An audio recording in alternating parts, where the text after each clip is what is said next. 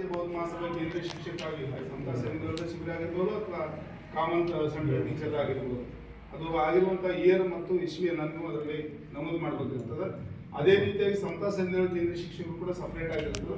ಮತ್ತು ಭಾರತೀಯ ಬೌದ್ಧ ಮಹಾಸಭೆಯಲ್ಲಿ ಯಾವುದಾದ್ರೂ ಶಿಬಿರಗಳಲ್ಲಿ ಅಟೆಂಡ್ ಆಗಿದ್ದು, ಸಂತ ಸಂಘದಲ್ಲಿ ಅಟೆಂಡ್ ಆಗಿದ್ದು, ಅದು 14ನೇ ಕಾಲಮದ. ಅದಾದ ನಂತರ ನಿಮ್ಗೆ ಡಿಟೇಲ್ ಆಫ್ ಪೋಸ್ಟ್ ಹೇಳಿದಿಂದ BSI ಸಂತ ಸಂಘ ಯಾರಾದರೂ ಹಿಂದಕ್ಕೆ BSI ಕೆಲಸ ಮಾಡಿದ್ರಿ ಅಥವಾ ಸಂತ ಸಂಘದಲ್ಲಿ ಕೆಲಸ ಮಾಡೋದನ್ನು ಕೂಡ ನೀವು ಅದನ್ನು ನೆನೆಸಬೇಕು. Relationship of the BSI in other social activities, ನೀವು ಯಾವ್ದಾದ್ರು ಸಾಮಾಜಿಕ ಚಟುವಟಿಕೆಯಲ್ಲಿ ತೊಗೊಂಡಿದ್ದೀರ ಅಥವಾ ರಾಜಕೀಯ ಚಟುವಟಿಕೆಯಲ್ಲಿ ತೊಗೊಂಡಿದ್ದೀರ ಅಥವಾ ಇನ್ನಾದರೂ ಟ್ರಸ್ಟಿಂಗ್ ಚಟುವಟಿಕೆ ಎಲ್ಲ ಶೈಕ್ಷಣಿಕ ಆಗಿರ್ಬೋದು, ಧಾರ್ಮಿಕ ಆಗಿರ್ಬೋದು, ಸಾಮಾಜಿಕ ಆಗಿರ್ಬೋದು, ಶೈಕ್ಷಣಿಕ ಆಗಿರ್ಬೋದು, ಇತರ ರಂಗಗಳಲ್ಲಿ ಯಾವುದಾದ್ರೂ ನೀವು ಕ್ಷೇತ್ರಕ್ಕೆ ಸೇರ್ಕೊಂಡ್ರೆ ಮಾತ್ರ ಅದನ್ನು ನೆನೆಸಬೇಕು. 15ನೇ ಕಾಲಮ್.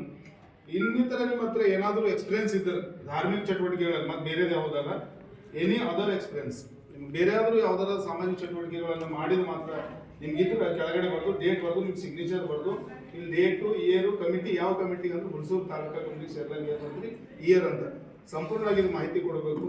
ಈ ಮಾಹಿತಿ ಕೊಟ್ಟಿದ ನಂತರ ಇಲ್ಲಿ ನಾವೇನು ಮಾಡ್ತೀವಿ ಅಂತಂದ್ರೆ ಇದು ಪ್ರತಿಕ್ರಿಯೆ ನೋಡಿ ರಾಜ್ಯ ಮತ್ತು ರಾಷ್ಟ್ರೀಯ ಅಂತ ಎಲ್ಲ ಒಂದು ಅಬ್ಸರ್ವ್ ಆಗಿ ಏನು ಬರ್ತಾರೆ ನಾವು ಮಾಡಿಕೊಂಡು ಫೈನಲ್ ಮಾಡಿಬಿಡ್ತೀವಿ. ತದನಂತರ ಈ ಪ್ರತಿಕ್ರಿಯೆ ಮುಂದುವರಿತೀವಿ.